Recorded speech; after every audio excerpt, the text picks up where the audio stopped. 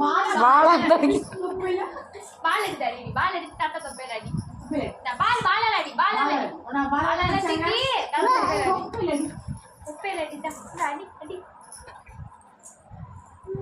அந்த பால தான் தொப்பையில அடிச்சிருக்காங்க.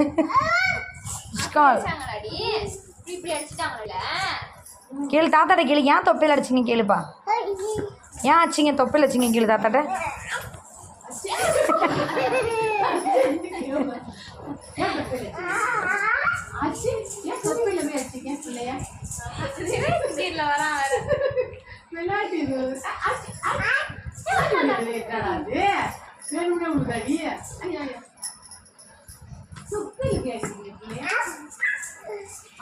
மொட்டையில அடிச்சா மொட்டையில யார் அடிச்சா